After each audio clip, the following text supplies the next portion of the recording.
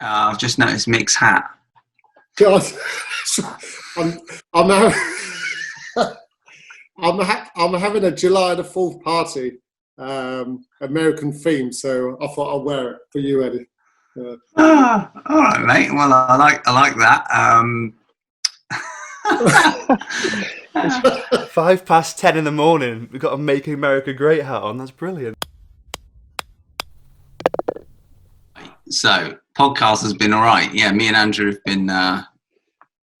We've done. I think. Well, we've done a pilot season. Andrew wants some funding, and that's fine. He's a busy man. I'm not, so I don't really care. But it's been a good laugh. Really, it's been a good laugh. Mick, have you listened to the podcast? Are you a big fan of Eddie's podcast? I did a little bit of it, but my attention span ain't that good. So I just Mick, I listened to a little bit, then I just turned it off. But it's good. I mean, it's got good raving reviews, so it's good. Fantastic. I hear, Mick, that you've been busy watching Fox News during this lockdown. So I am. Me and Trump. But yeah, I'm getting dressed up for the July the 4th party. We're having a big party around there, and it's opening up of the country. So I'm dressed as Donald Trump a little bit, so it'll be good.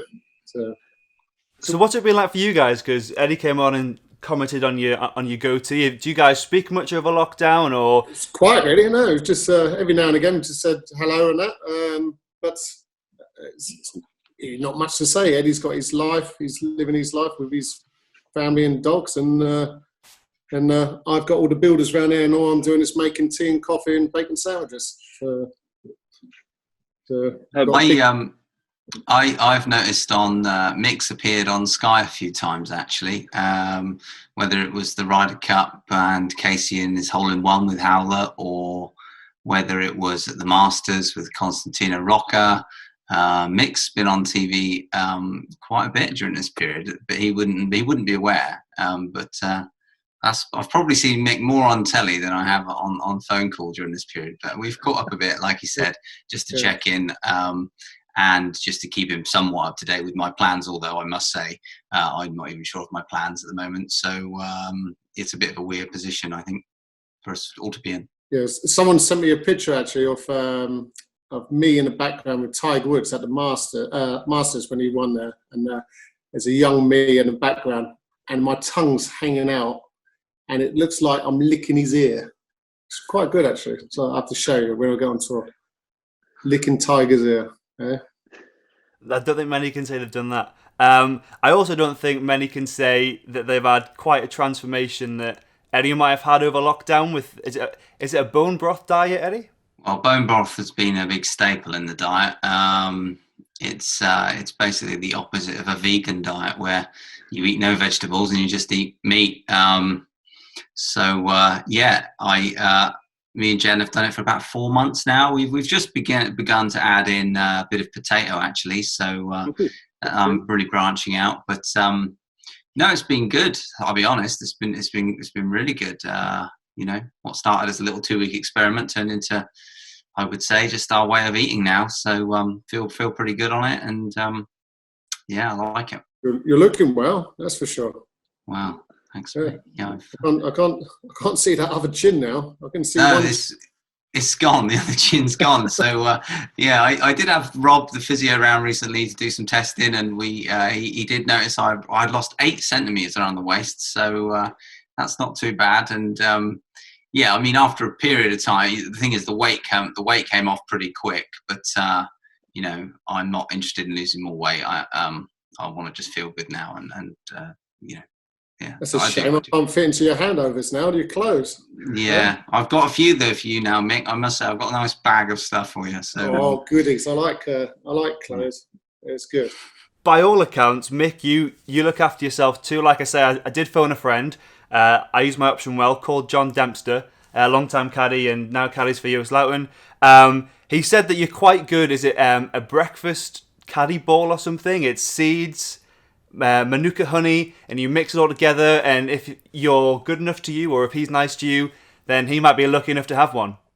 I've got one right in the fridge there actually. It's a little protein ball. instead of buying the protein balls in the shop, which are probably like £2, I just make my own. So, and you know what's going in them, and they're quite nice. Eddie likes them. Yeah, they're excellent. In fact, was it 2018 when you were making them a lot? I think it was, wasn't it? And then you kind of stopped a bit last year as we were traveling more to America. But I miss them. They're very, very good. Is Eddie allowed breakfast in his new regime? Mick's going to start making me some haggis balls instead, and all kinds of meat delights. He's told me he's I think in his new kitchen or new house or the building work that's going on, I think he's got a nice big dehydrator for all the beef for me that he's going to bring out. And we can't afford that actually. We're poor now. Yeah. We haven't got too long until we get back, and Mick just said before that he was getting a putting green in his back garden. Nice for some. On a serious note, how's the break been for your game, Eddie? Have you got out and played much? I've seen a few videos, a few swings. Have you out on the course? Has it been good? Yeah, it's been all right. I've played more and more. I've played quite a bit over the last couple of weeks, actually. In fact, I played at Wentworth the other day, and just to remind myself how much I fucking hate that place. But I've played a bit. I've been working with my coach once a week, which has been really good, making some nice progress because my swing, as Mick would probably agree with, just fell into some sloppy habits, really. So, me and Simon have been working well, I would say. My putting feels pretty good. I've continued with the claw putting grip that I moved to. Done some good testing with Ping, and really got a whole new set of clubs in the bag, actually, that are set up quite differently. And I think it was interesting that I maybe was playing with clubs that were, Mick would say, last year, or even at the start of this year, I remember putting swings on the ball that felt quite good, and the ball just wasn't going where I thought it should be going, and it felt a bit frustrating for me. But I think actually now, having spent some time with the Ping guys properly and looked at the equipment, it became more obvious as to why maybe that was the case. And I think my equipment change that I've just made in terms of loft lies, shafts, and I've actually added some offset to the irons. I think that's really going to help me. You mentioned Wentworth, and that is a good place to get into, because Mick, did you start caddying there when you were around 11 or 12?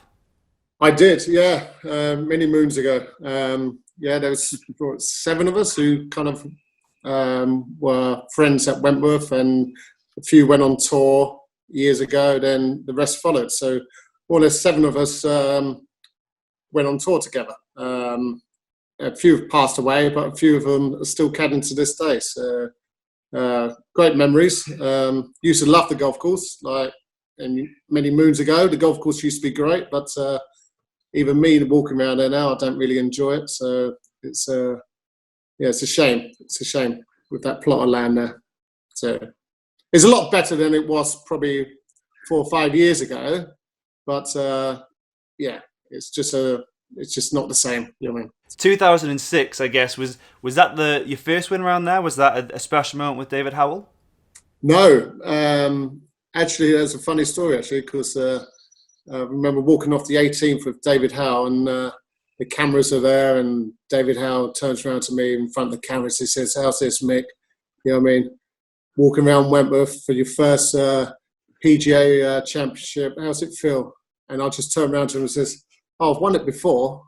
I won it with Costantino Rocca, my first time, which was probably 95 or so, 96 or so. So that was many moons ago. But yeah, it's a special place. I mean, especially when you grow up caddying around a local golf course, and your family's there, and all your friends, and you work with a golfer who manages to win the tournament, which is good.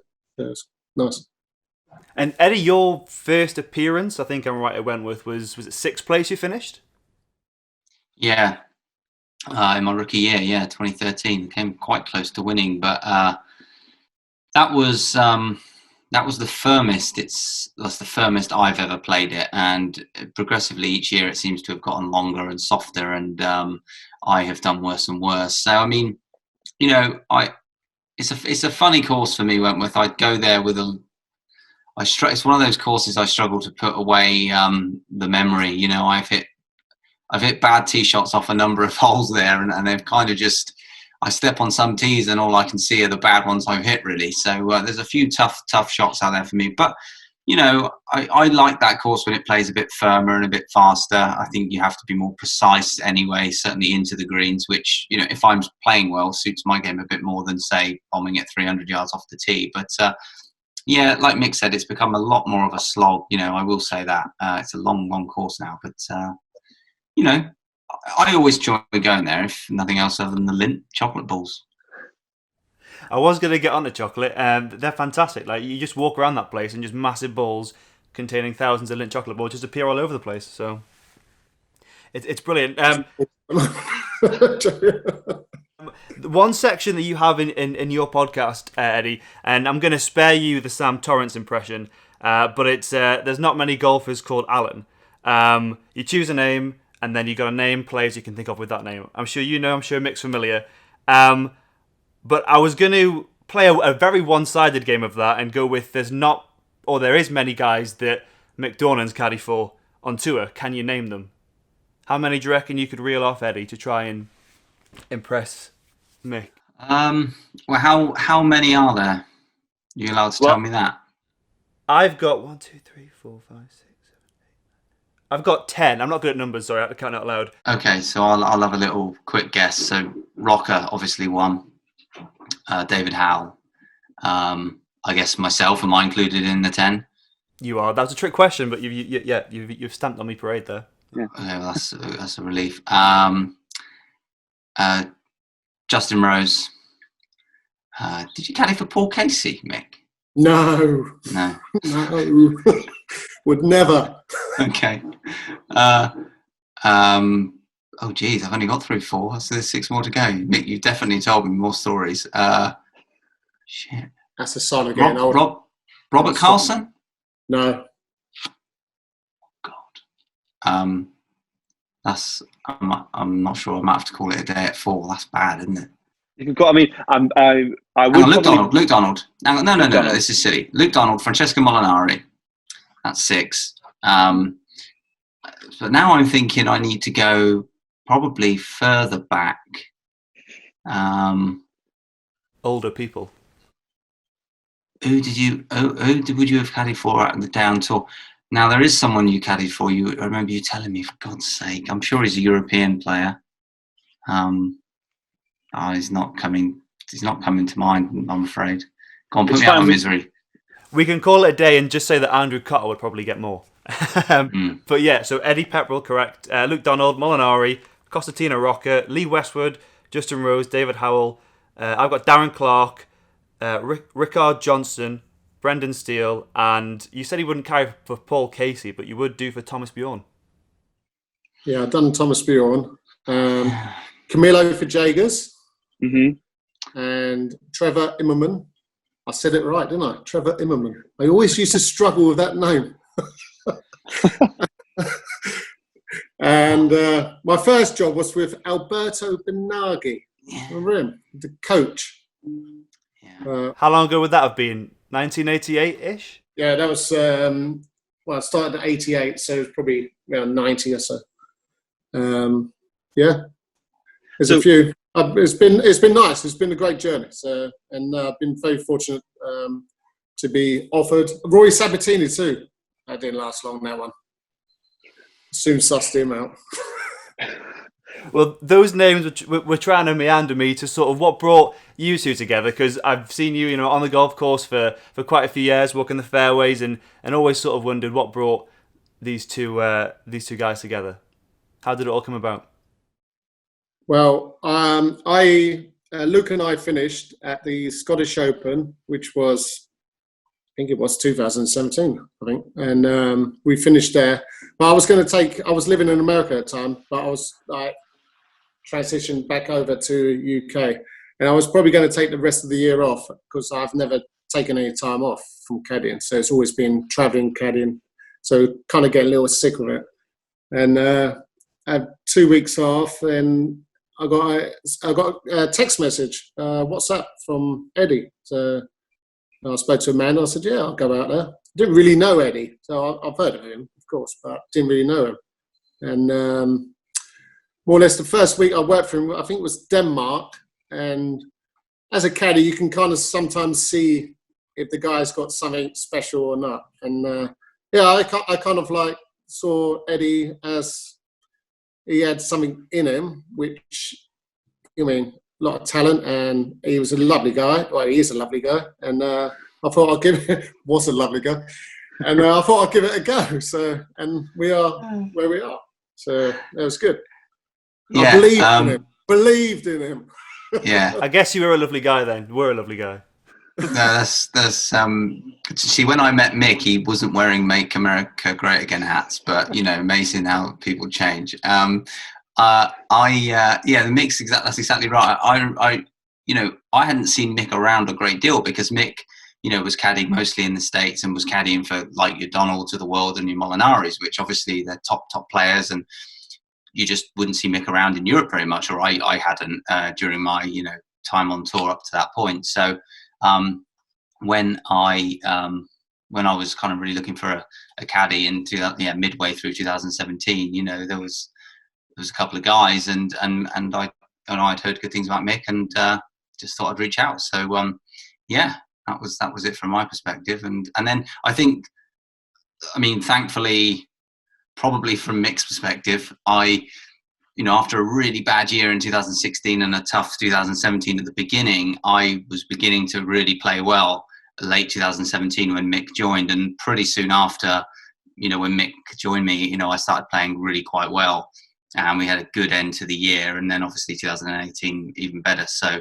for the most part, Mick's only seen me play fairly well. I think last year he saw me suffer a little bit with my game and get a bit frustrated, and obviously Mick would agree. That's when times get a little more tough for the relationship between player caddy. But I think we both hopefully have confidence in one another that when we're really going well, we go well, and that's, I suppose, the buzz that we both probably get out of it. Yeah. So I'm guessing would it have been some of Mick's experience that was a good thing for you to have?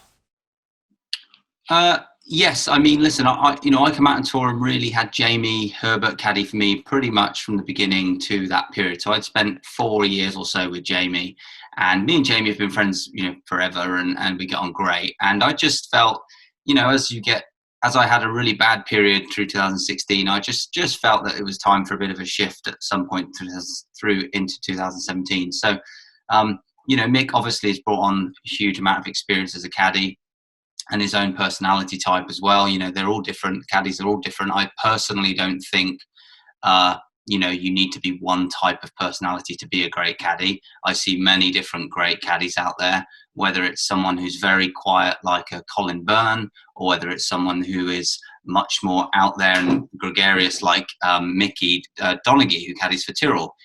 They're worlds apart in terms of their personalities, but I think they're both excellent caddies. And Mick, obviously, I think is a very strong character, and I like that in Mick. And objectively, he's often right. So from a player's perspective, that's where it can get tricky, because you know how you feel, but often you want someone there who's right more often than not, and Mick is that. Can we lovely. Nah, it's nice. That's nice after 4 months apart. 10 o'clock in the morning. I just want to touch on the fact that Mick, you probably had a front row seat to one of the greatest displays of golf ever in the 1997 Masters. When I think of that and think Tiger Woods winning the Masters for the first time, I sort of glaze over whoever he played with in the final round. Like, that doesn't come into my mind at all. Like, I wonder who it was. And it was you and Costantino Rocca who were in the final group on Sunday at Augusta for the 97 Masters. How was that? Just that display of golf. Yeah, when you do tell people you was in that last group when he won his first major, like, people really, no, it was unbelievable. The golf course was so much shorter in those days, and a lot firmer. So, for example, the first hole, flying over the bunker, everyone is, and you're going in with a wedge. But the golf course was so short for him. I've never seen the distances he was hitting at. But unbelievable. Yeah, just under control, and it was good to watch. It was good to be there. I made sure because you knew he was going to be something special, but you didn't know how special he was going to be. And yeah, I remember Fluff was caddying for him, getting on the last hole when he held the putt. Made sure I shook his hand first and that, get out of the way. But no, it was good. It was weird. It was only one golfer there that week, and that was him. And I mean, everyone else didn't really have a look in, did they? So it was good. Where would a young Eddie Pepperell have been for the final round of the 97 US Masters? I would have been 6, so probably hitting golf balls into my neighbour's garden or pissing my mum and dad off. And were there any moments where the two of you just sort of looked at each other and went, this is amazing, or you sort of knew what was happening before your eyes? Obviously, you had a big lead. Yeah, no, it was just like, I mean, you were just walking around. It was only one person playing, more or less. Tiger was playing, so it was just. I mean, as soon as he finished, the crowds went, and literally, yeah, that's the way it was, really. I mean, of course, you want to do well in that, but it's hard not to take your eye off Tiger Woods. So, and it's still to this day when he comes on the range. I mean, he does the same thing. Everyone's looking at him. Everyone's intrigued, and I mean, it's just unbelievable what he does at a golf tournament. It's frightening. 2019 was your first visit, or your first Masters. Made the weekend. How was that? I mean, easiest experience. Easiest question was, how was that experience? With yourself and Mick going over there. Yeah, it was. As I look back, I enjoyed it more and more. I mean, when I was there, it's quite stressful. It's quite a stressful week because nothing is made easy. It's a nightmare getting in. It's you're not allowed a whole lot of freedom, really. I mean, you are as a player to a degree, obviously a lot more than other people, but it's a fairly stressful week. But as I look back, I certainly enjoyed it. I think, I didn't play fantastically well, but I did very well to make the cut, and obviously, just to spend 4 days there, playing was what you want to do, I suppose, initially as your first Masters, but it was good. It was good. I had family there. Mick, with all his experience, was helpful for sure, and I enjoyed it. I must say, I didn't think a whole lot of the front nine, but once you step foot on that 10th and 11th tee, that's where Augusta kicks in, and my personally, I think 15 and 16 are the two best holes on the course.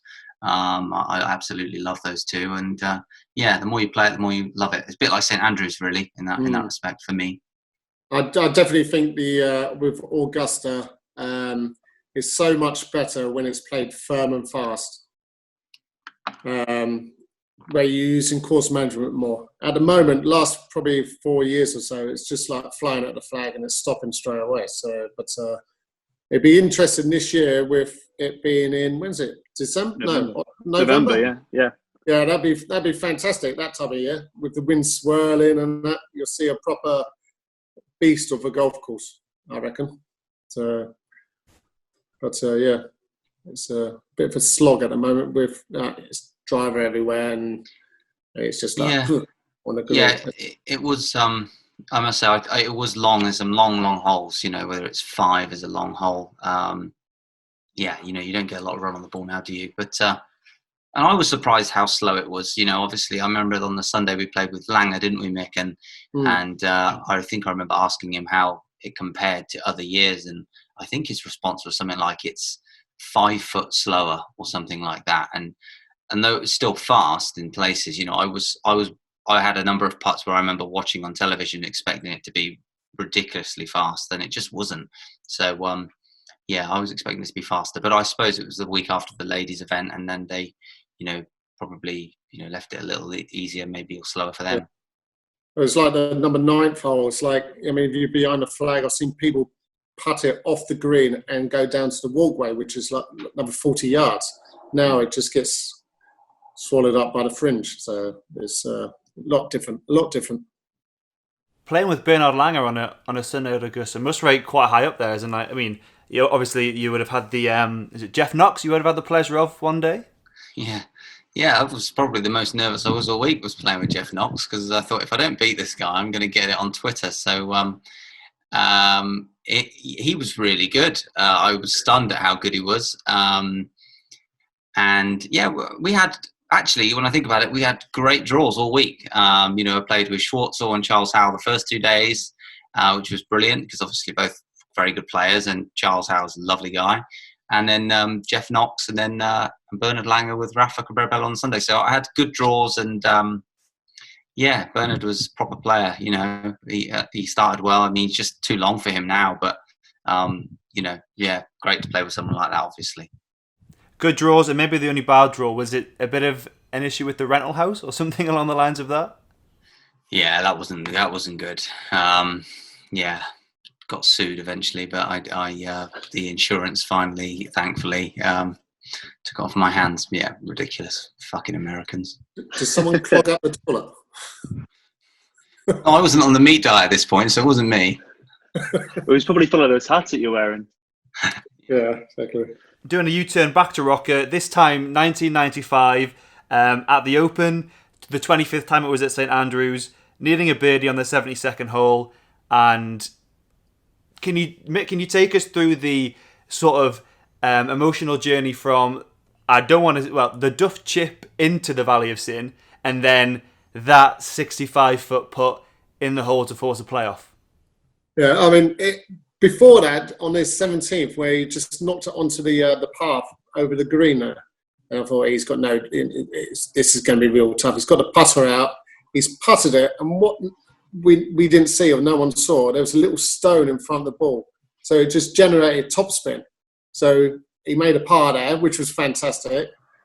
Then I was only a young lad at the time. We were playing with Michael Campbell, I think, last round, and Max was caddying for him. And as we were walking off the 18th, I said to Max, because I remember there's a pub on the corner called the Dunvegan, and you see all the old pictures in there, and you see people jump in the burn, and I thought, I wonder if that's true. So I said, just have a look behind when we got over the bridge there, and you see everyone just jump in the burn. It was quite magical. And then we got to the chip, and I was only young at the time, as I said, and he said, how shall I play this? And I mean, hindsight now, it's like you just chip and run it. But at the time, it was just get the lob wedge, open it up, and flop it on there. So he's done that, and the kind of divot nearly went further than the ball.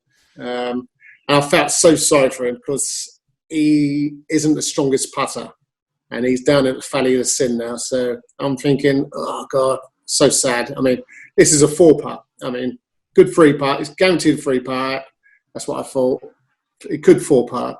So I'm there tending the flag, and I thought, it's got no chance.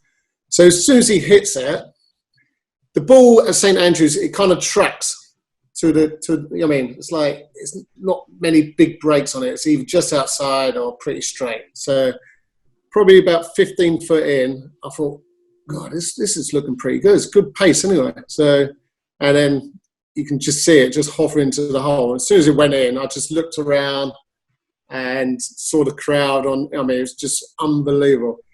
And my only regret was, there was a program on TV at the time called Question of Sport. And years ago, everyone used to watch it, and it's like, what happens next? And everyone's got to guess what happens next. So Costantino Rocca was on his hands and knees, banging the ground. And I just thought about getting behind him and just riding him like a horse. But I didn't. Probably for the best. It's a good memory. Yeah, it was. Does that rank high up there for you of just things that you've witnessed?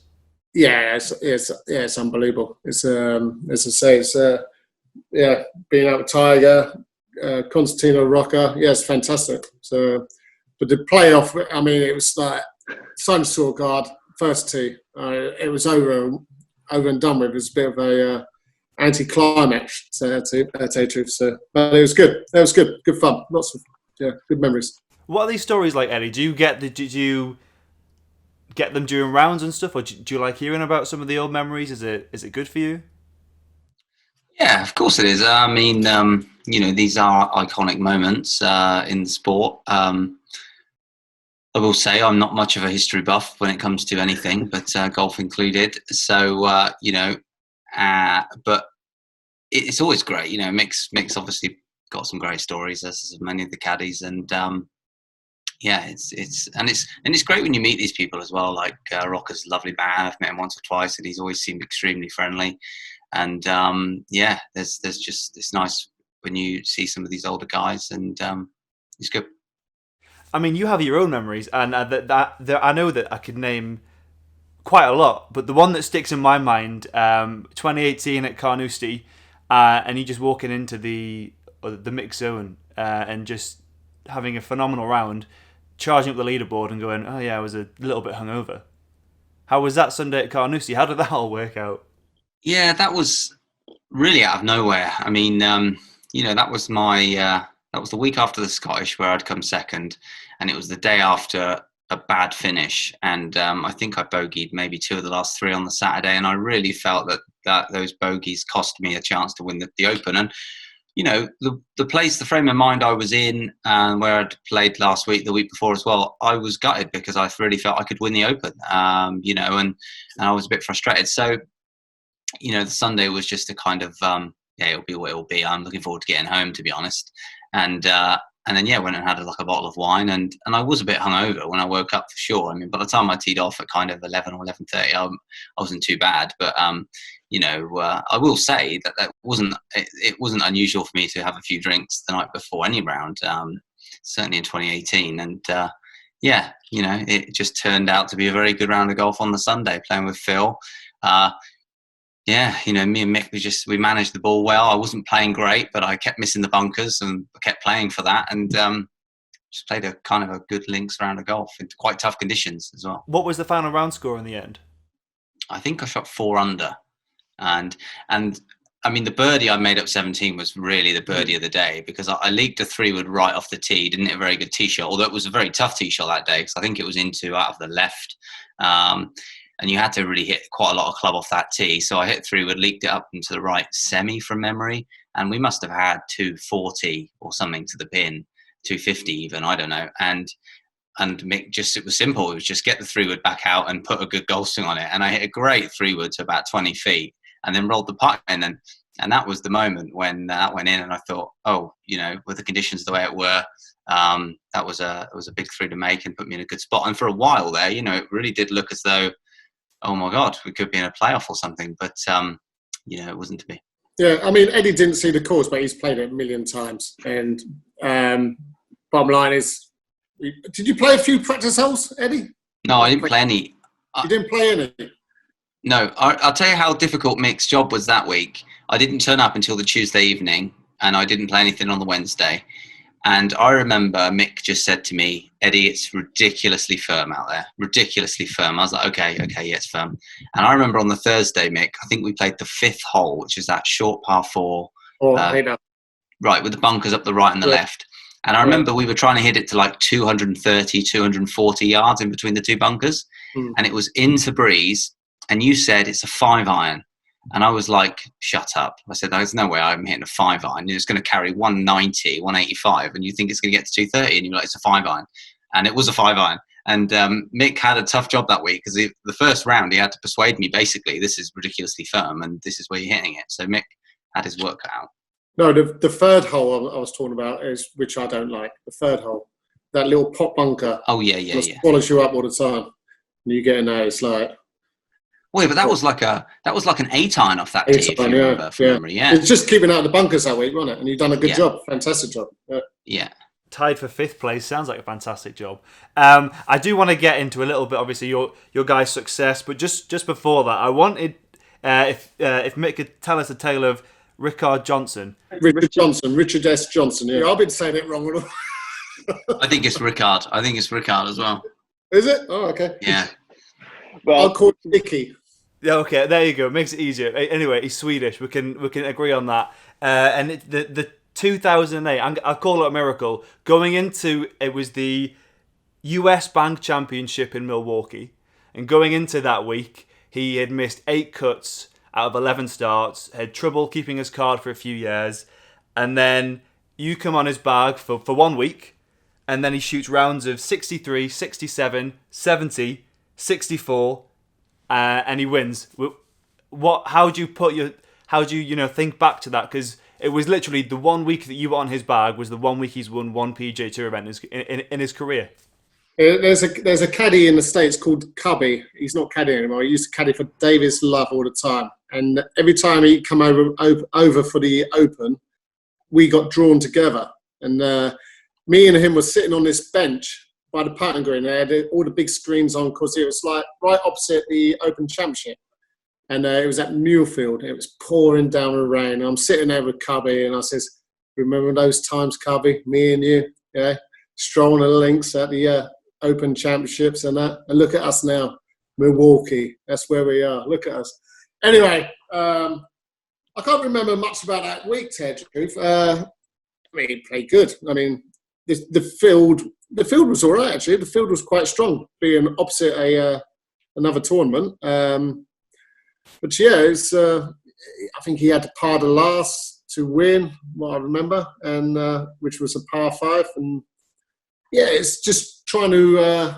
You can see he was all nervous because he's never won on tour before. So you're trying to talk crap to him, trying to get his head off the game. Do you know what I mean? So and I'm pretty good at that, talking crap. So it wasn't too bad. But I can't remember much about it, Cedric. Cannot remember much about it. So, well, you did it, so it can't be taken away from you. When you talk about talking crap, was there any crap talking in Qatar in 2018? Obviously, Eddie, his first win on the European Tour, but when I think back to that week, I just sort of think, if I've got the hole right, is it the 12th hole in Zoa that you might have had to, I don't know, try and manage that situation well? There was it, yeah. The green's sort of up on a little mound and there's a wall and a waste area, sand and grass down there. And I think it might have been the second day and the last day, Eddie, well, I put the blame on Eddie only because he's once said on a video that he doesn't like the term we. It was the third and fourth days. And the funny thing is on the third round, I actually hit a really good shot. I remember, I think, hitting a 9-iron. And I flushed it, and it was straight down the flag, and there was a breeze that just picked up. I don't know if Mick remembers this, but It really was. We just caught a gust, and I couldn't believe it did what it did. And then obviously I made a great bogey, but then the Sunday, I actually fatted it. I didn't hit a very good shot, and that's when it caught the rocks and bounced back the other side, and I ended up getting up and down for a par. But I recall that week being quite calm, actually, and even on the Sunday, it wasn't. I wasn't stressed. I always felt in control. I mean, Ollie made it look, I think, probably a lot tighter than it probably was or felt with the way he finished. But no, we were very calm. I think Mick, from my perspective, the big decision we probably made coming in was on 15 that day, where I think I pushed my tee shot right. And I was in two minds as to whether to try and take a shot on over the water. Mick persuaded me just to pitch out.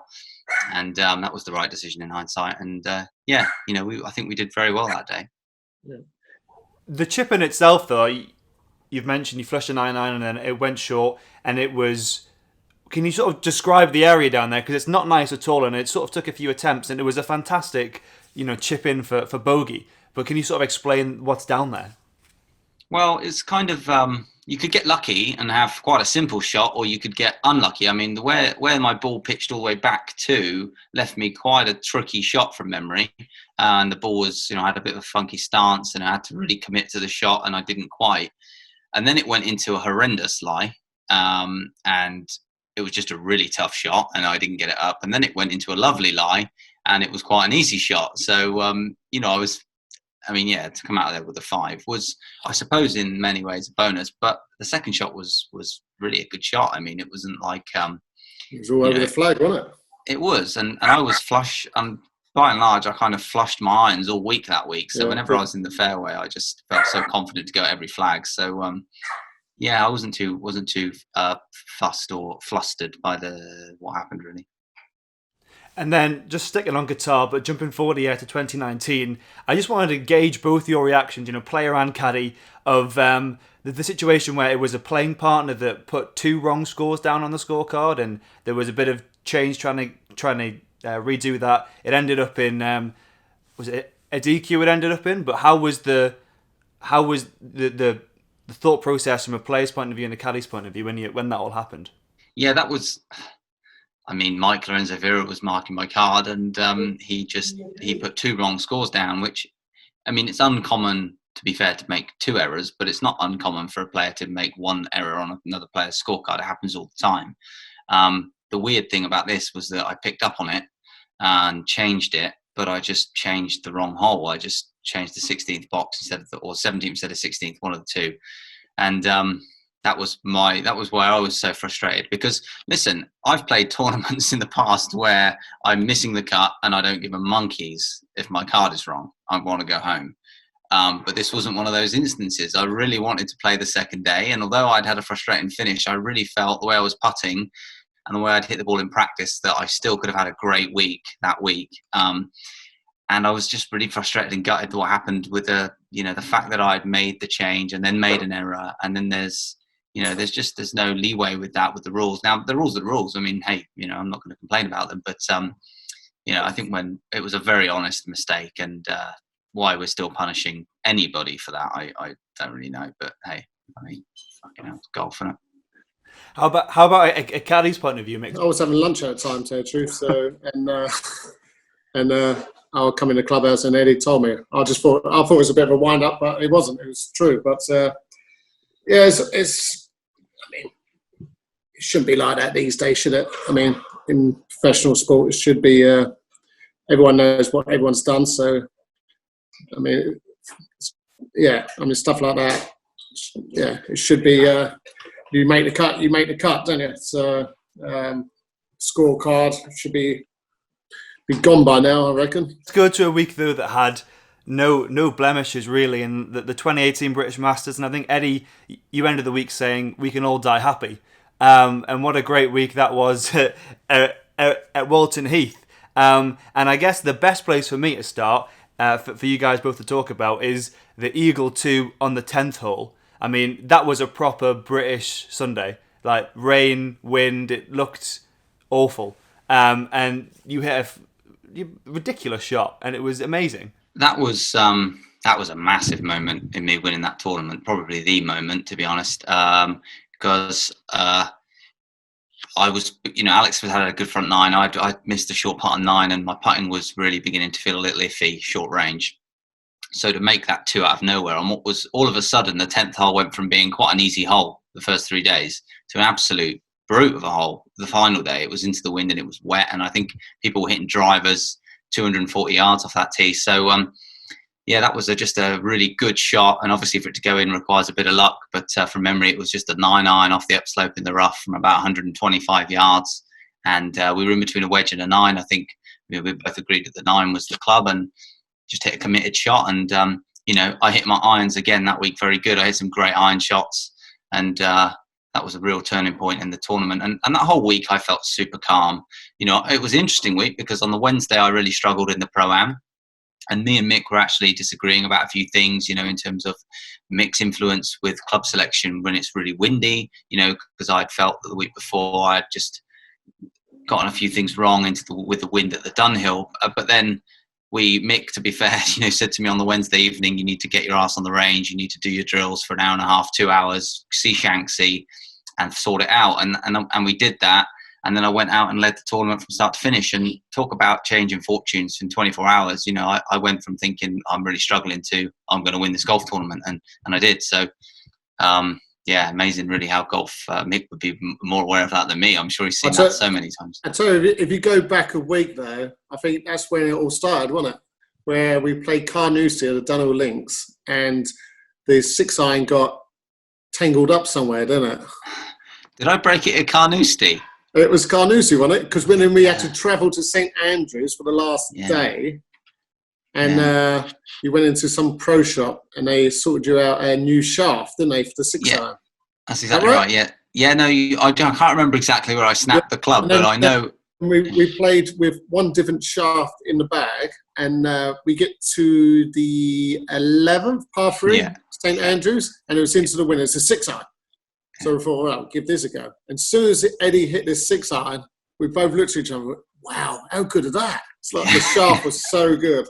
So you carry on. Yeah, that's exactly right. And then that shaft, the C-taper, went in the rest of my clubs the week after, and went and won at Walton Heath with that shaft. And it Amazing. So many things, so many funny things go into, good weeks of golf. And often it's off the back of like the most frustrating week the week before. Funny. Yeah. It's just golf though. And then Mick, were there any special words that you said also on that week in Walton Heath on the 9th tee to Eddie before we got that hole in one? Don't know. Was it? Drawing the ball? What did I say? Do you need a tee?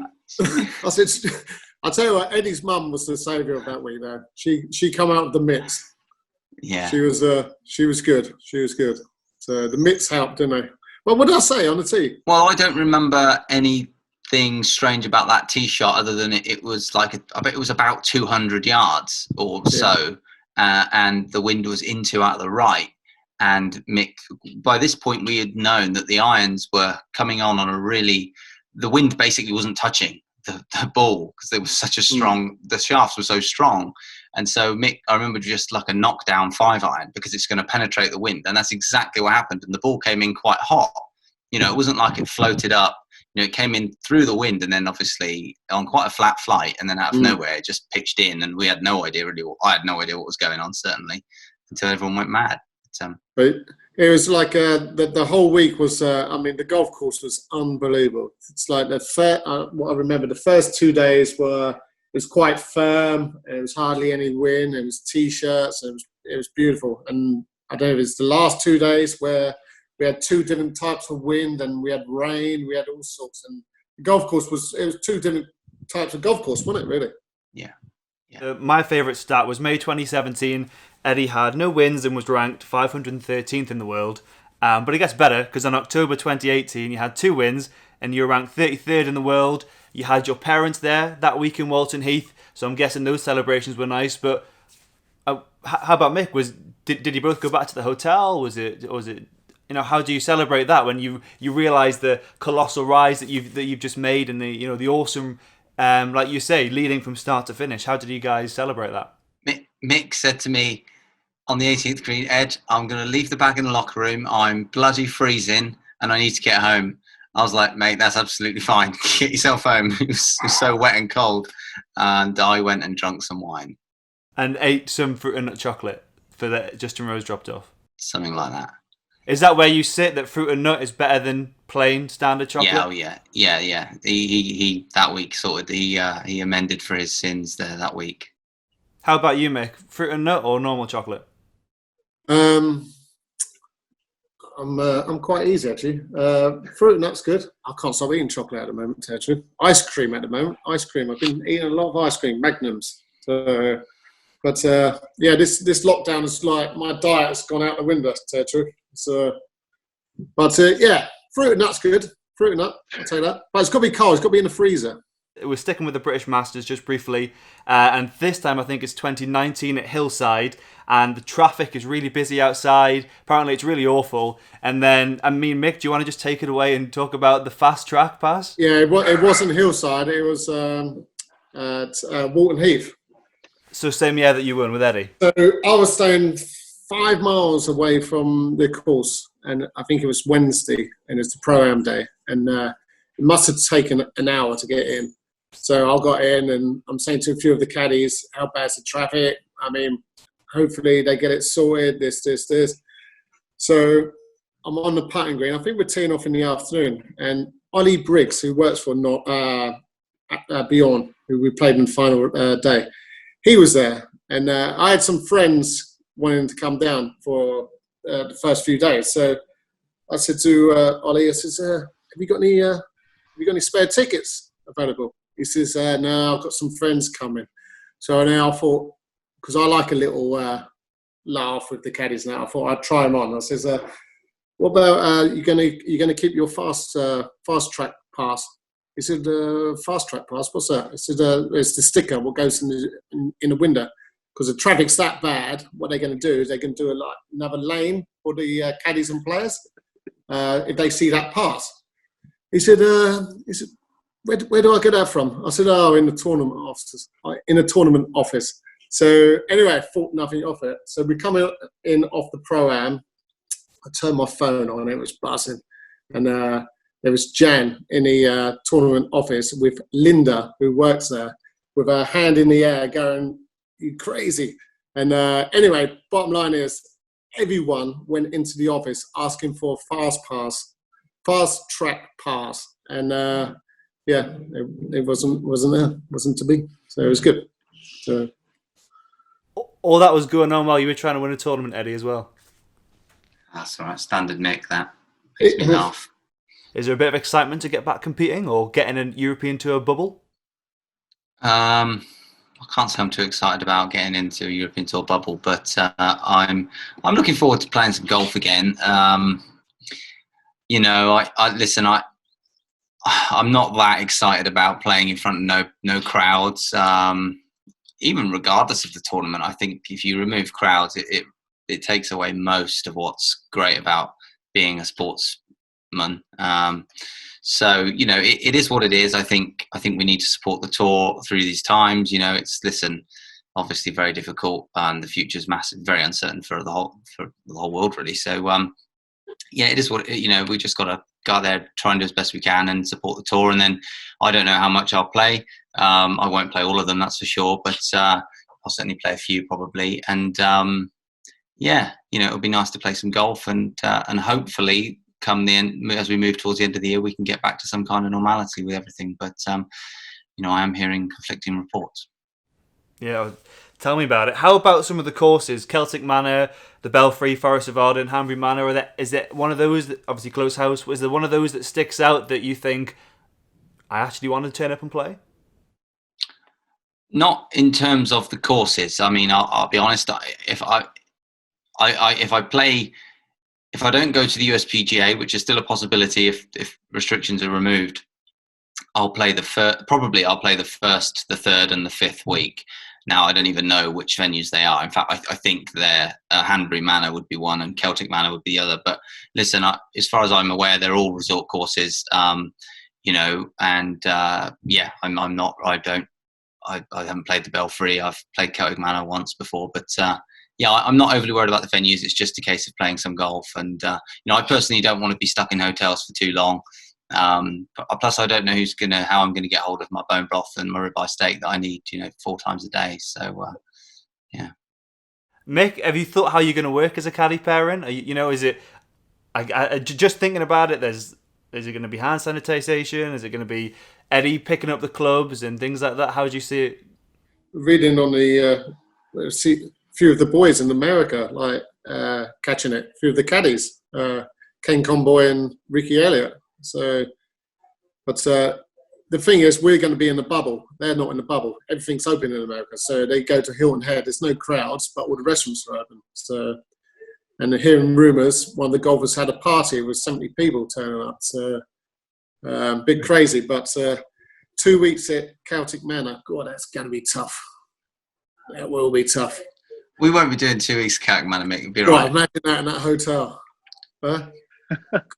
I feel you with Hilton Head. Obviously, Eddie has got it on his hat. Is that the lighthouse? That's right, very nice. Great golf course, just maybe not the. Oh, it is too. Yeah, that is. Yeah. See, I'm a little less conservative than you, Mick. Yeah. That's my favourite. That's nicer. I'm going to try and wrap things up, and I just wanted to end it because we've had such a long time to think back on things. If you guys could just both give, I don't know, one memory each of your favourite memory together. Eddie of Mick and Mick of Eddie. Do you want to go first, Mick? I'll tell you what, as a caddy, it's nice to wake up every morning and wanting to go to work. So that's and with Eddie, it's good. So that's what I enjoy. Every day going to work, and it's good fun. It's pretty good. But favourite memory, I can't remember any. Have you got any? I remember what comes back to my memory the most. Probably 17th at Sawgrass was pretty cool last year. For me, I mean, yeah. I think what went through my mind at that period, and I'm gonna speculate a little bit. I remember being on that green with yourself, Justin, and Lordy, and yet it was me that was responsible for hitting a 50-foot putt that goes in to tie the lead at the Players' Championship and send the crowd wild. And I remember thinking, of all the people on this putting green, I should be the last in the four that's capable of that, or that would have experienced that. And I remember just thinking, oh, that's quite nice, because I'm around people who are very experienced and have achieved so much in golf, and I haven't. And there was me producing a pretty cool moment. So it was a highlight at the moment of my career, but it was nice just to share it with Mick and those other two as well. That was a cool moment. Yeah, it was nice. Yeah, it's good. That was good. That was good fun. Next hole was good too, wasn't it? Bloody hell. Yeah, that wasn't going left, that's for sure. Mick, I see you've got your tea towel there. You're going to put it on. You look like Yasser Arafat. You'll go from looking like Donald Trump to an Iranian. Is wet box his house at the moment. It's ridiculous. No. He is. Well, thank you so much for joining us, guys. I haven't smiled as much in lockdown, so well done for doing that. Eddie, go back and enjoy your ribeye steaks and your bone broth and your dogs. And Mick's got a 4th of July party, which I never thought I'd hear. So enjoy it. But thank you guys for coming on. Thanks for having me, Harvey. Cheers, Harvey. Cheers, pal.